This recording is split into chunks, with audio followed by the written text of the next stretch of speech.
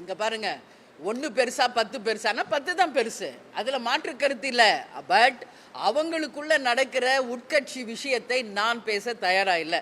இதை டீல் செய்ய வேண்டியது அதிமுகவில் இருப்பவர்கள் தானே ஒழிய தேமுதிக கிடையாது.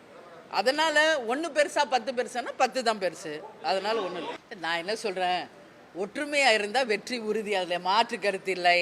அவங்க ஒன்று சேர்றாங்களா சேரலையா அப்படின்னு தேமுதிக சார்பாக நான் சொல்ல முடியாது அந்த கருத்தை.